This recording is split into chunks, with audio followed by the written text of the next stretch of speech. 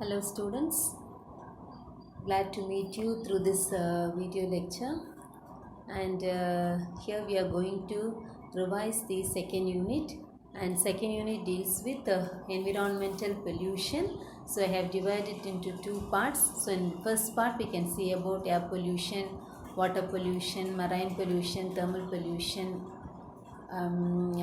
we can see, and the next part we can see about the solid waste management, disaster management, nuclear pollution and all. So coming to environmental pollution, what is pollution? All of you know this term pollution. So pollution means it is an unfavorable alteration of a surrounding.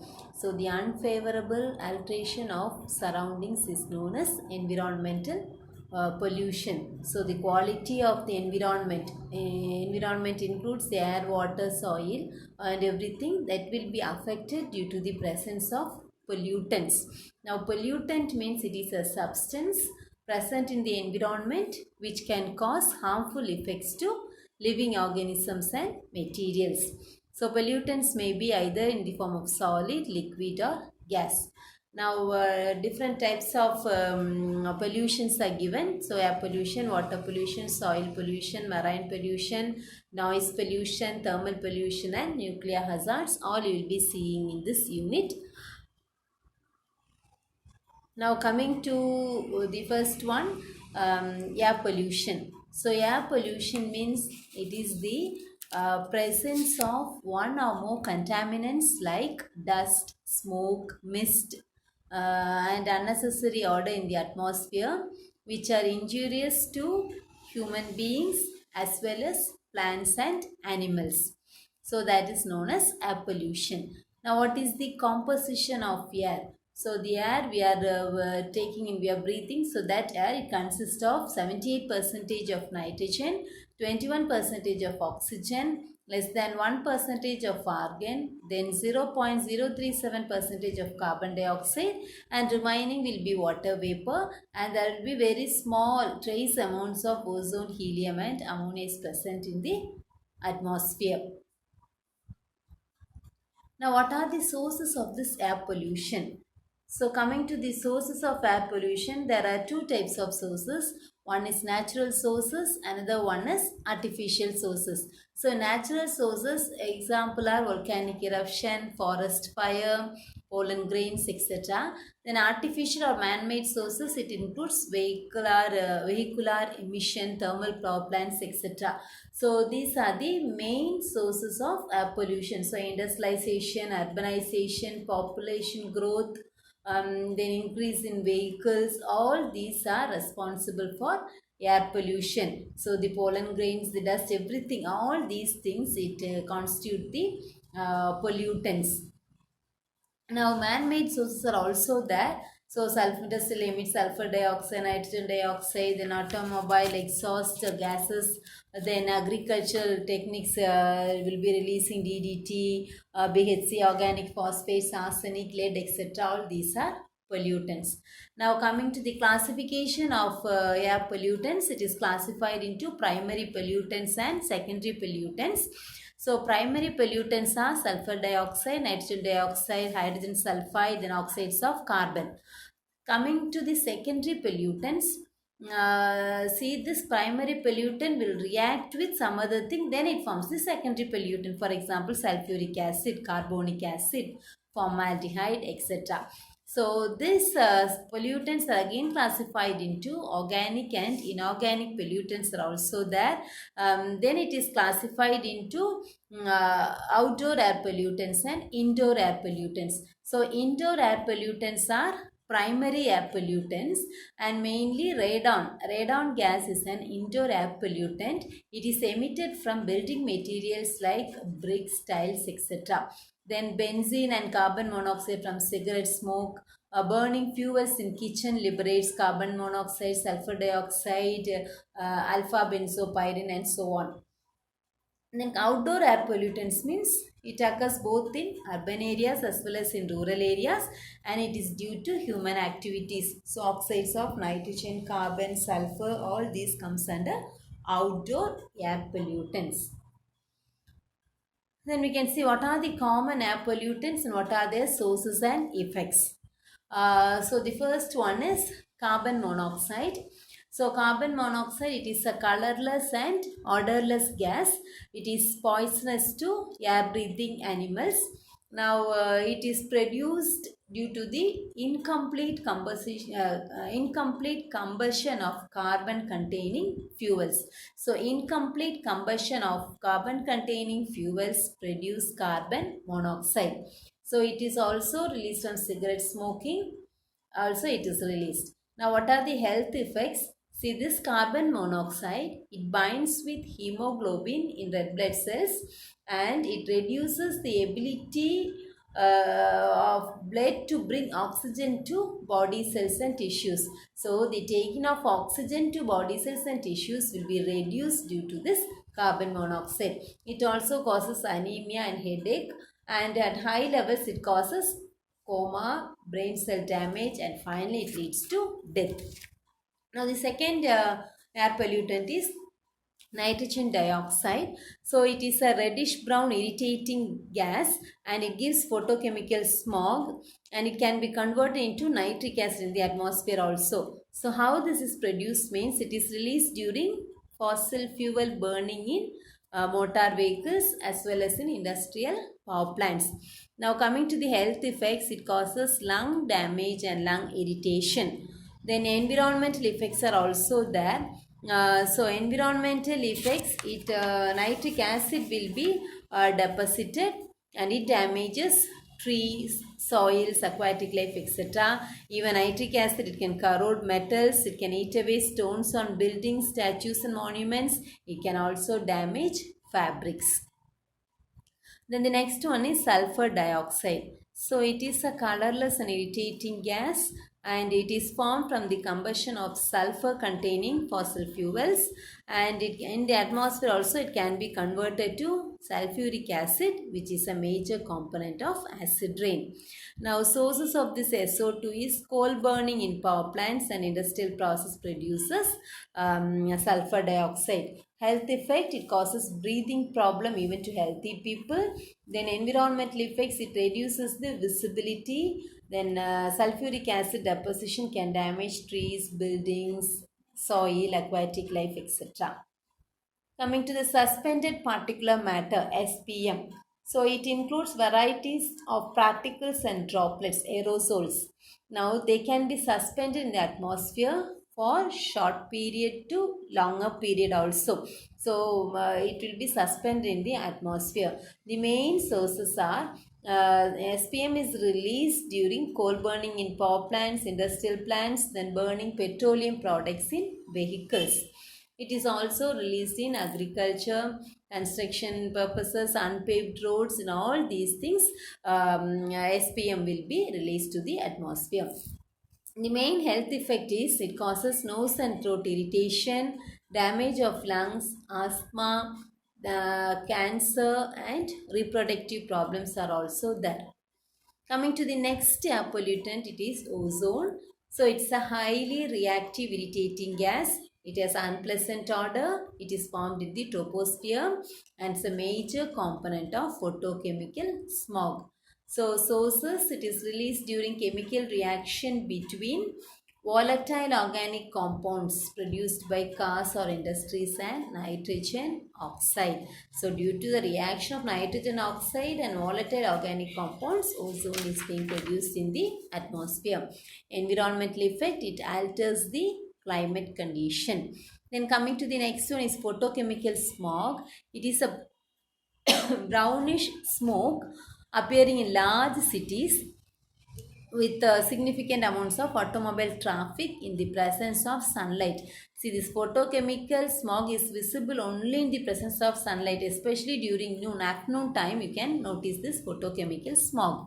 So sources, in the presence of sunlight, oxides of nitrogen will be reacting with unburnt hydrocarbon released by the exhaust produced from automobiles to produce secondary pollutants.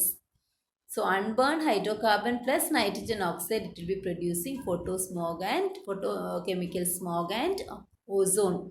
So coming to the health effects, it causes breathing problems, Then it causes cough, eye, nose and throat irritation, heart diseases, etc. Then it reduces resistance to cold and pneumonia. Then environmental effect, ozone can damage plants and trees. Then the smog, it reduces visibility also.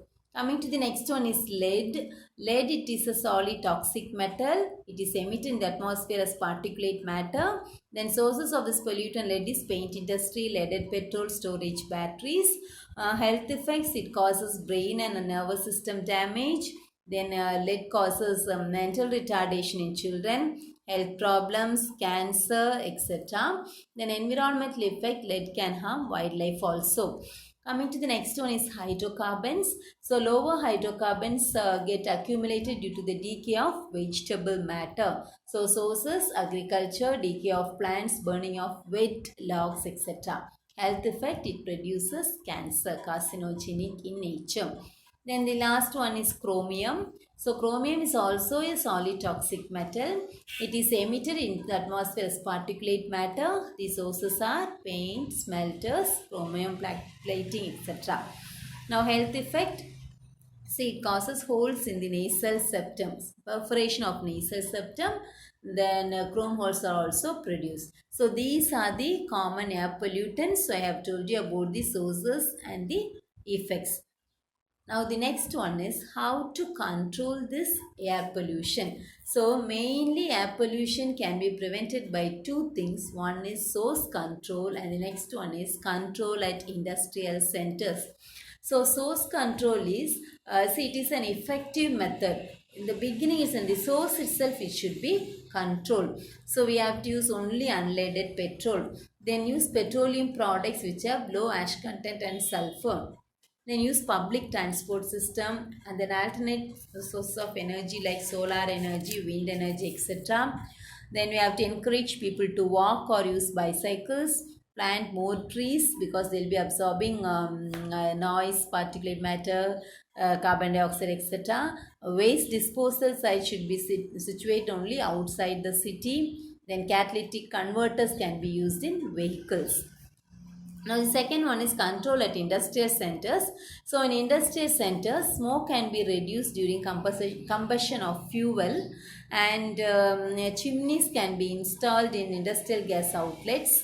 So smoke accumulation will be prevented. Then acid and chemical fumes can be absorbed through a tower filled with coke powder.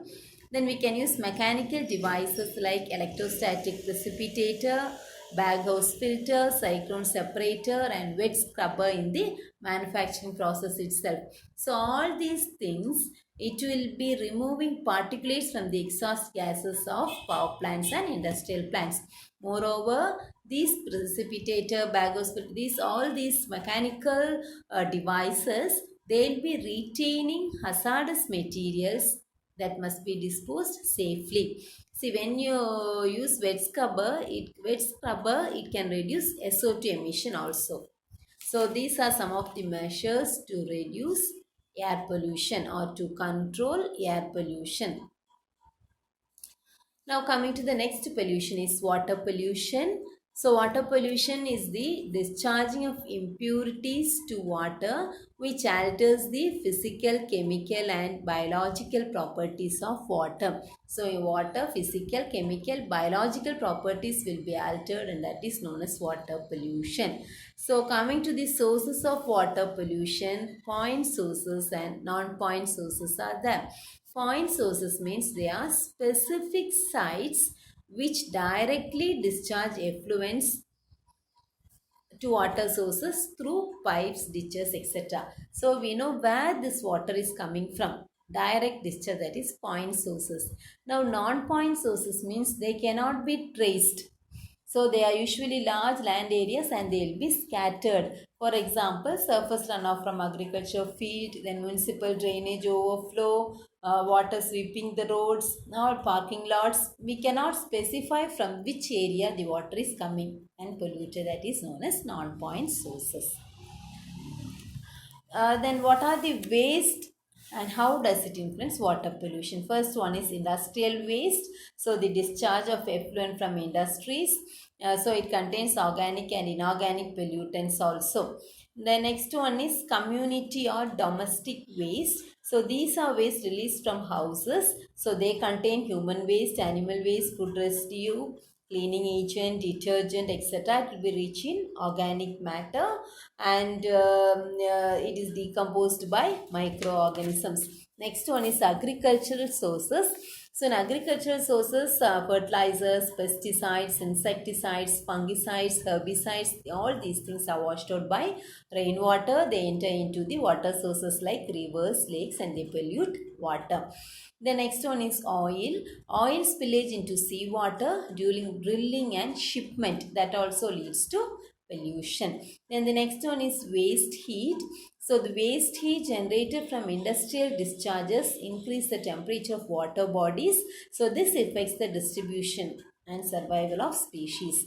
The next one is mining. So mining, it leads to acid mine discharge, which degrades the quality of water.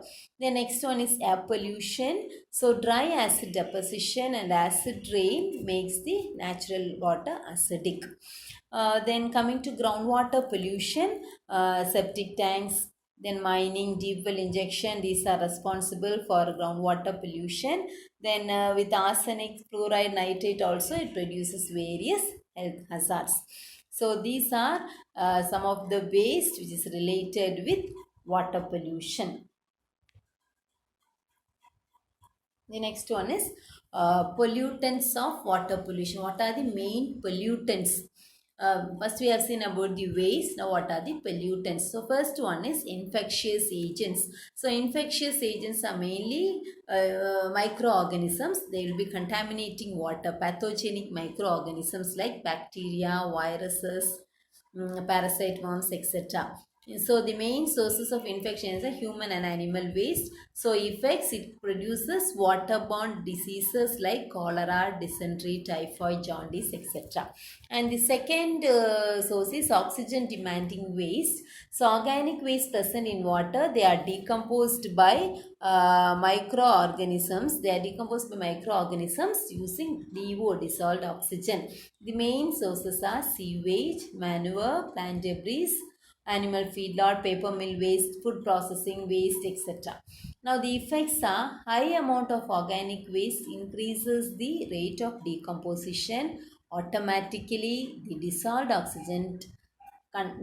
oxygen content of water decreases. So it affects the fish and other aquatic life. The next one is toxic compounds. So pollutants such as heavy metals, pesticides, then cyanides, all these things are harmful to aquatic organisms.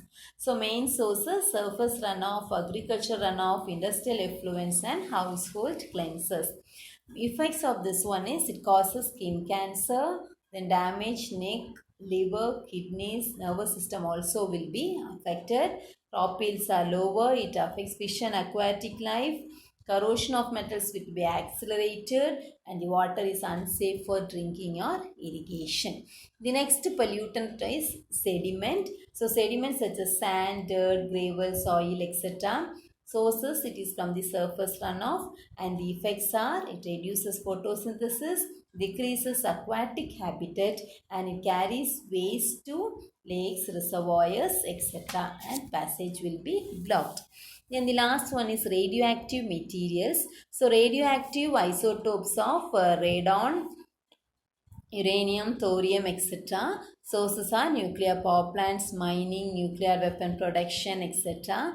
The effects are they produce lung cancer, destruction of DNA, birth defects, all these things are the effects due to radioactive materials. Now how to control this water pollution? So first is reduce water pollution from point sources, and the second one is reduce water pollution from non-point sources. Coming to point sources, wastewater treatment is essential before discharging. Then parameters like TDS, total dissolved solids, BOD, biological oxygen demand, COD, chemical oxygen demand should be present only to the permissible limit. Then advanced method of removal of nitrates and phosphates can be done using eutrophication. See, then water should be disinfected by UV or ozone. So it will be killing pathogens like bacteria, fungi, etc. Proper chlorination also should be done. These are the methods to control at the point sources. Now coming to the non-point sources, agrochemicals should be used in a limited way. Then avoid using agrochemicals on slopy areas. Usage of nitrogen fixing plants to supplement the use of fertilizers. Then integrated pest management should be adopted. The manure runoff should be diverted, and there should be a separate drainage for water and sewage. So mixing will not take place. Then planting more trees and creating forests can reduce water pollution as well as soil erosion. And the next one is characteristics of river water. So mainly there are three characteristics: dissolved oxygen, biological oxygen demand, chemical oxygen demand. Now DO means it is the amount of oxygen dissolved in a given amount of water at a particular temperature and pressure. So how much amount of oxygen is dissolved in a given amount of water, that is called dissolved oxygen. Now biochemical oxygen demand, or it is known as biological oxygen demand, BOD. It is the amount of oxygen required for biological decomposition of organic matter present in water. So in water organic matter is present, and how much amount of oxygen is required for the biological decomposition, that is known as BOD. Next one is chemical oxygen demand. It is the amount of oxygen required for chemical oxidation of organic matter using oxidizing agents. So for chemical oxidation of organic matter, how much amount of oxygen is required, that is known as COD. So these are the three characteristics of river water: dissolved oxygen, BOD and COD. Now the next one is an important question: sewage treatment or wastewater treatment. So this is the sewage water is the wastewater from mostly from domestic areas. So it contains organic, inorganic and biological pollutants are present.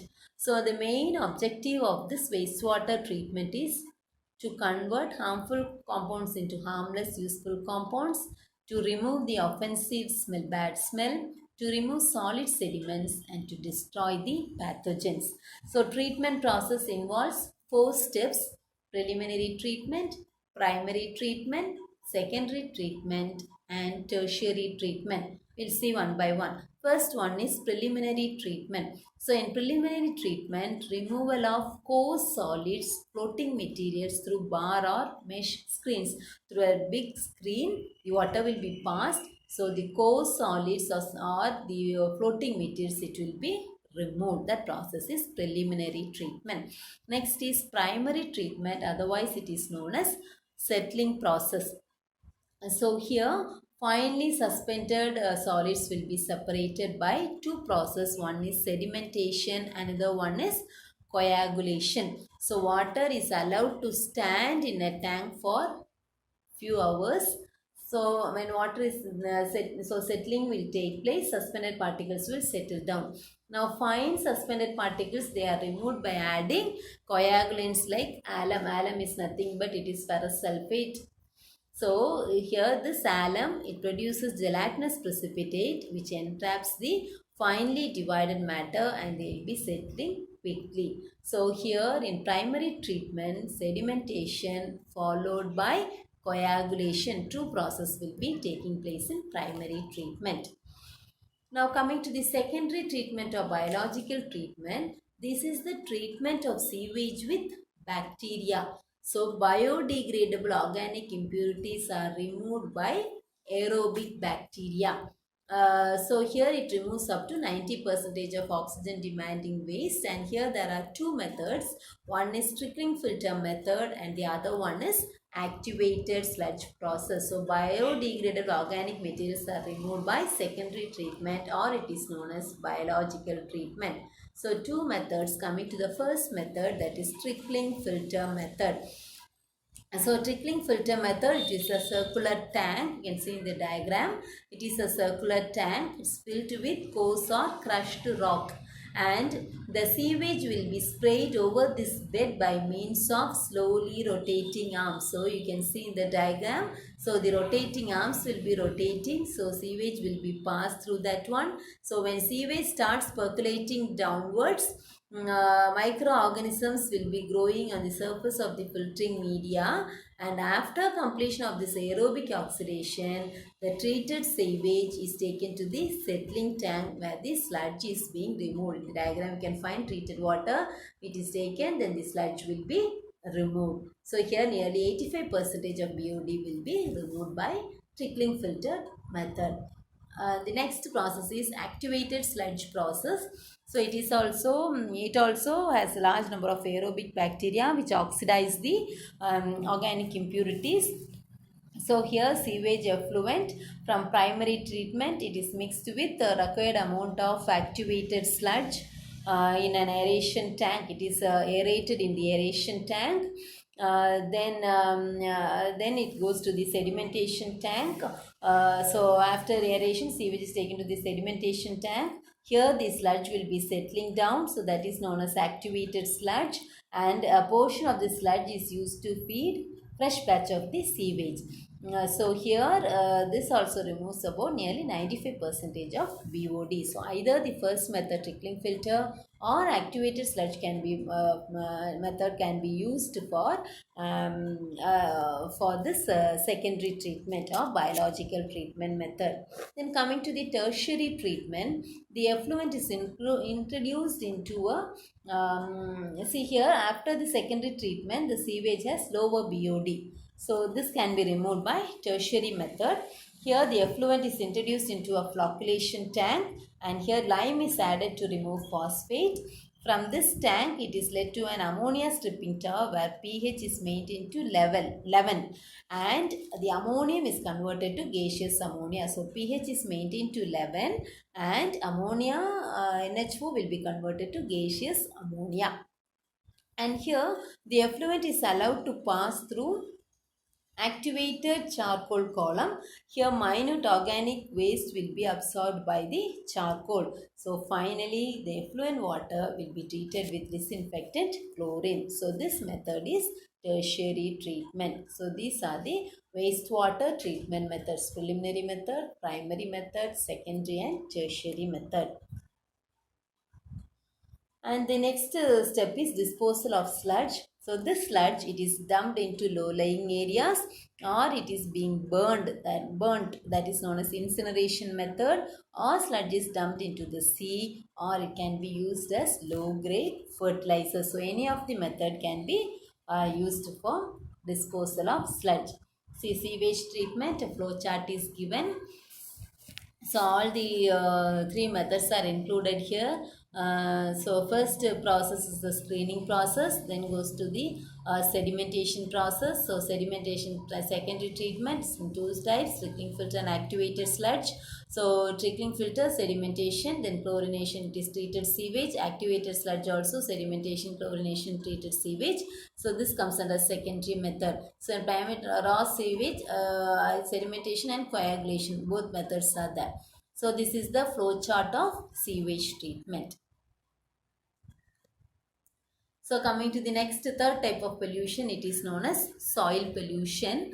So soil pollution is contamination of soil by human and natural activities which causes harmful effects on living beings. So soil, it is the upper layer of the earth's crust and it is formed by weathering of rocks. Now composition of soil, mainly it consists of mineral inorganic matter, 5% organic matter, then equal percentage of soil, water and soil air. Now what are the sources and effects of this soil pollution? So first source is industrial waste. So industrial waste, it includes waste from paper mill, chemical industry, sugar factory, tanneries, textiles, oil refineries, steel industries, glass industry, cement industry, pesticide, drug industry, etc. So this waste, it consists of number of toxic chemicals along with non-biodegradable materials. So they will be reducing the filtering effects is they reduce the filtering capacity of soil and causes soil pollution. toxic chemicals enter into the human food chain and disturb the biochemical process. The second one is urban waste. Urban is both domestic and commercial waste. The urban waste is otherwise known as refuse. So it consists of dried sludge of sewage, garbage, rubbish materials like paper, plastic, glass bottles, abandoned vehicles, etc. And so all these things are present. Then third one is agricultural practices. So here fertilizer, pesticide, fungicide, herbicide are used. Then farm waste, slurry, debris, they also cause soil pollution. Then coming to radioactive waste, storage and disposal from nuclear power plants, that also cause soil pollution. Radium, thorium, uranium, all these things, they are common in soil and rock. Now this radioactive waste contain this radioactive nuclides. So they emit gamma radiations continuously and causes dangerous effects to human beings. And the last one is biological waste or biological agents. So large quantities of human, animal and bird excreta are dumped into the soil. So they contain dangerous biological agents which causes soil pollution. Now apart from these, municipal garbage, wastewater, etc., it causes heavy soil pollution. Now what are the effects of this one means, see mainly these waste mainly it causes toxic effects to human beings. Then it generate the COD will be very high, pH will be low, high temperature, all these things will be affecting this soil. So salt content will be high in the soil, toxic materials will be high, acidity, alkalinity, everything will be varying. So these are the effects. The nature of the soil will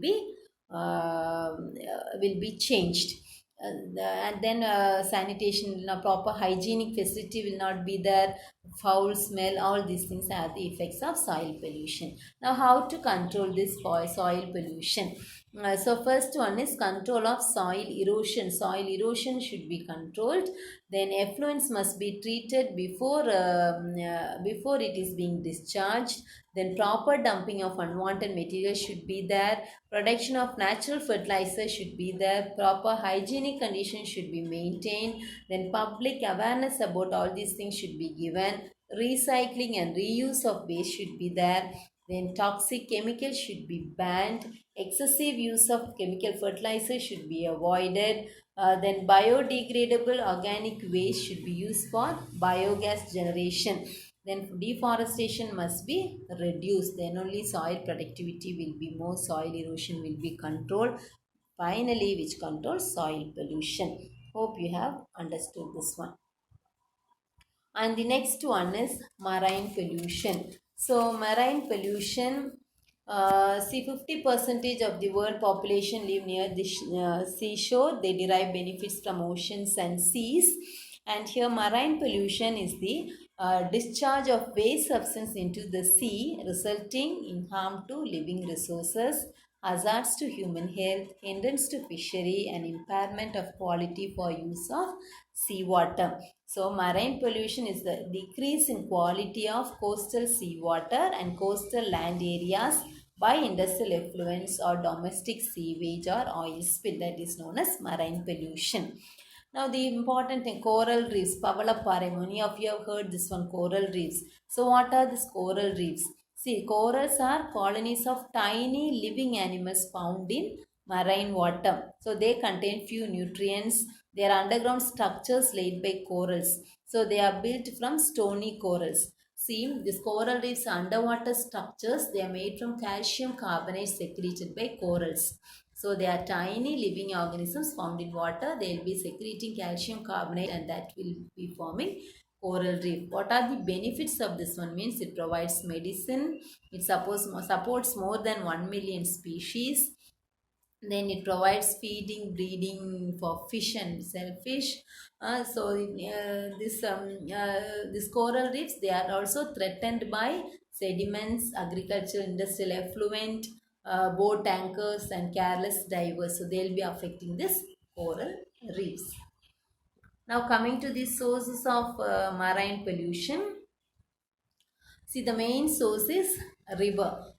Rivers, they pass through big cities, they are highly polluted, they carry the sewage and mix with the sea. So rivers are the main source of marine pollution. So industrial effluents, they are dumped into the sea through the river. And the second one is dumping of waste. So various industries dump waste into the sea. So waste contains lead, copper, zinc, arsenic, etc. Then huge quantities of plastics are also dumped into the sea. Now next one is oil drilling and shipment. So when there is a leakage in oil tankers during transportation or oil production, oil tanker disaster or ship accident, that causes marine pollution. Now what are the effects of this marine pollution? See, it causes more damage in birds, thinning of eggshell and tissue damage of egg. So the eggshell will be very much thinned due to this pollution. Then marine fauna and flora will be affected. Then abnormally low body temperature in birds, so that is known as hypothermia. Then it retards significant rate of oxygen uptake by water. The rate of oxygen uptake by water will be less. Then oil film inhibit photosynthesis and formation of oxygen. So it causes marine pollution, also causes ecological imbalance in the marine environment. So the dissolved oxygen content also will decrease. So even detergents are used to clean up the oil spill, that also harmful to marine life. Now, what are the control measures of this marine pollution? So, the industrial units on the coastal line, they should be equipped with pollution control instruments and efficient treatment facilities. Then, urban growth near the coast should be regulated. Then, needs of fishermen should be accommodated. Then, marine diversity should be conserved. It must be taken into account of human needs.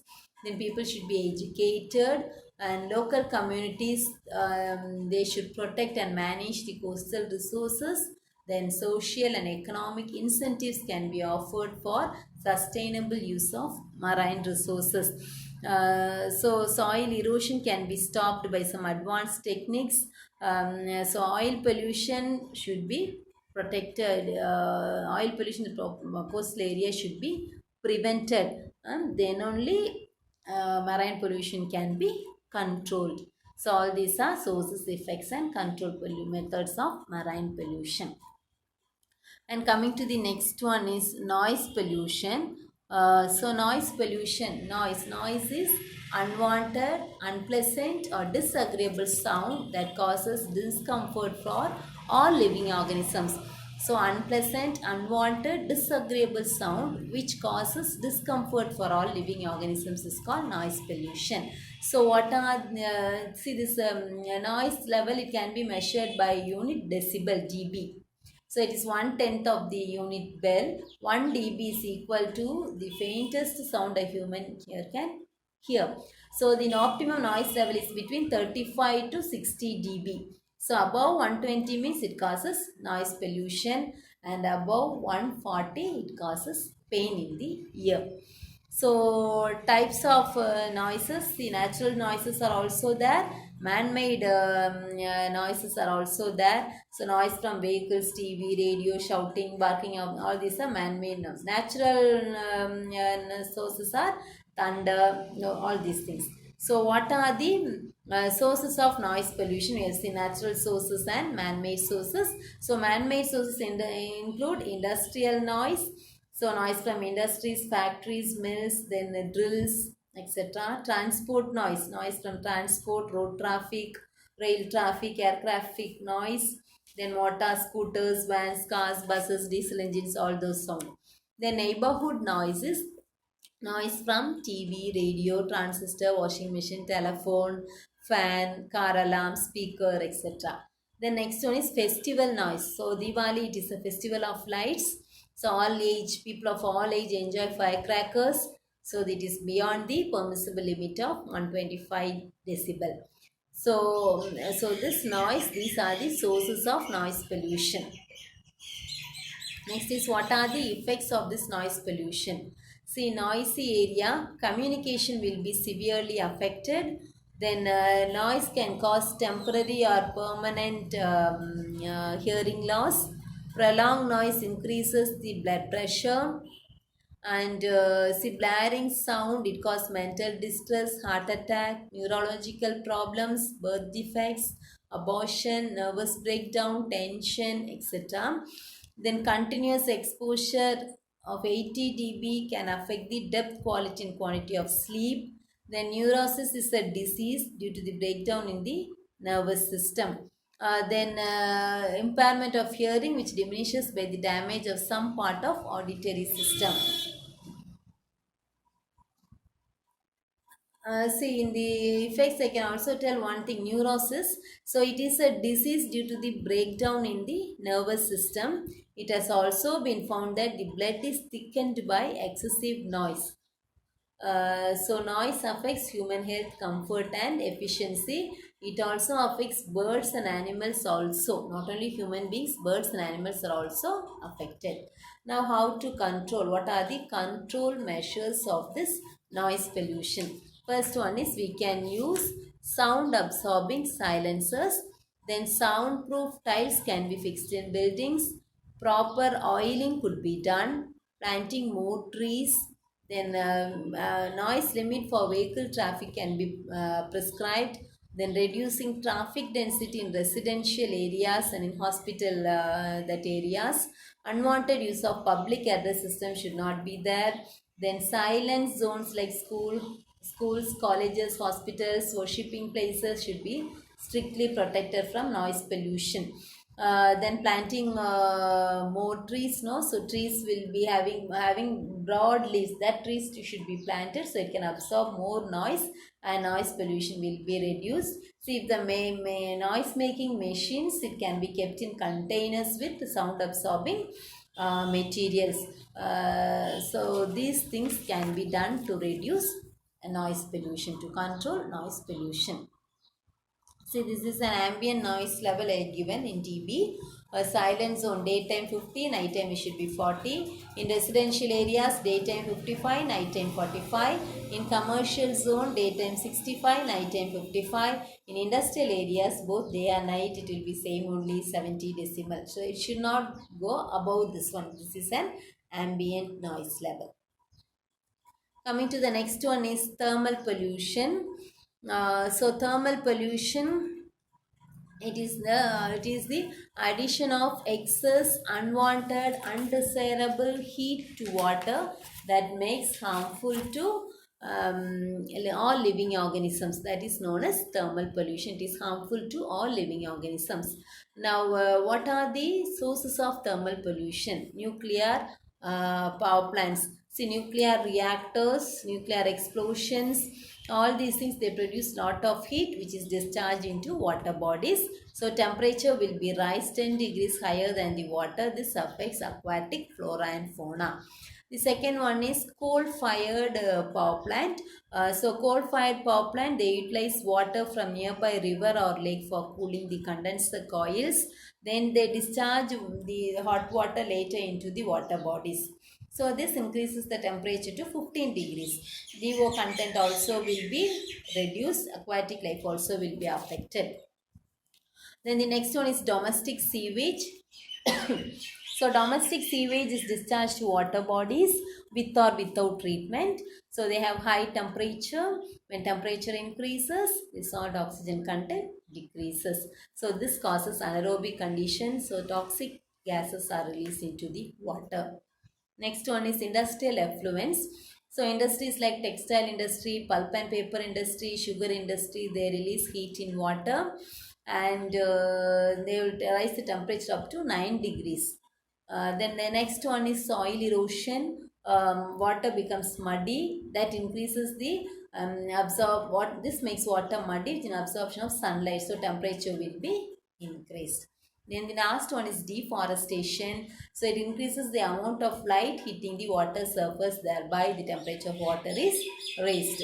So removal of stream side vegetation, then poor farming practices, runoff on hot surfaces, everything causes thermal pollution.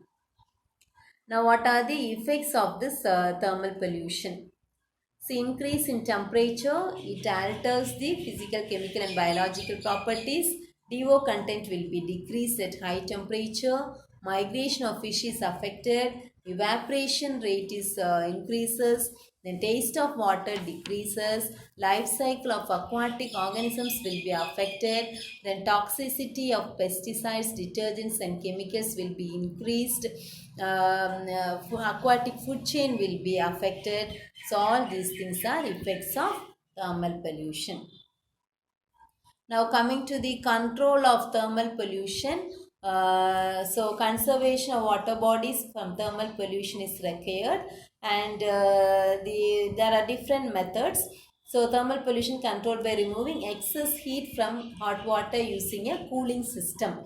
So then it can be mixed with water. See, the hot water should be cooled with a cooling system. Then it can be released into the water bodies. So there are cooling towers, cooling ponds, spray ponds and artificial lakes. Now first one is cooling tower. Cooling tower, there are two types, wet cooling tower and dry cooling tower. So this diagram shows the wet cooling tower. So here the hot water has direct contact with continuously flowing air. So you can see flowing air and hot water, they are in continuous direct contact.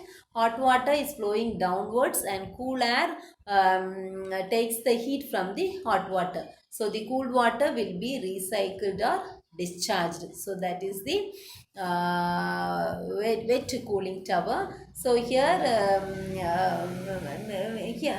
this method, the heat will be removed by air. When hot water is passed, the air, cooled air, it removes the heat from the hot water. The next one is dry cooling tower. This figure shows the dry cooling tower. So here cooling air flows around the pipes. Around the pipes, cool air will be passed. So it takes the heat from the hot water flowing inside the pipe. Here there is no direct contact between cooling air and hot water. Cooling air and hot water, no direct contact. But in wet cooling tower, there is direct contact between hot water and air. But here there is no direct contact between cooling air and hot water. So here finally the water coming out, it will be cold water, so that can be removed and it can be discharged. Now the next one is cooling ponds. So in cooling ponds, the heat is reduced by natural evaporation process. So hot water is discharged into shallow ponds, allowing it into few hours. In few hours, the hot water will be allowed to stay in a shallow pond. So by evaporation, the heat will be reduced. Then the cooled water will be discharged into the water body. So this is the cooling ponds, an easy method. And the next one is spray pond. So spray ponds, the hot water is sprayed from the condenser through nozzles. Hot water will be sprayed through nozzles. So the nozzles convert the water into fine droplets. So heat will be transferred to the atmosphere. Nozzles, it will be converting water into droplets. So heat will be transferred to the atmosphere. This is spray ponds. So spray ponds are also a control measure for thermal pollution. And the last one is artificial lakes. So in artificial lake, hot water is discharged in one end and cool water is taken from the other end. Hot water will be discharged at one end and cool water will be taken from the other end. And here the temperature of the hot water will be slowly reduced. This is artificial lake system. See, some other methods are also there. Recycling of thermal energy, then maximum utilization of heat in exhaust and industrial water. All these things are also used. So I hope you have understood thermal pollution. So today we have seen about air pollution. What are the sources, effects and control measures. Then we have seen about water pollution. What are the sources, effects and control measures. Then we have seen about soil pollution, noise pollution and finally thermal pollution. And in this any one type will be asked. The rest of the things from nuclear pollution we can see in the second part. So thank you.